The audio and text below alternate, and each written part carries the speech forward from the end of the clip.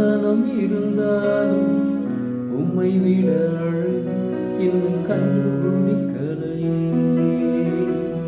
ஆயிரங்கள் பார்த்தாலும் கோடி சனம் இருந்தாலும் இயேசுவை போல் அழகு இன்னும் கண்டுபிடிக்கலையே.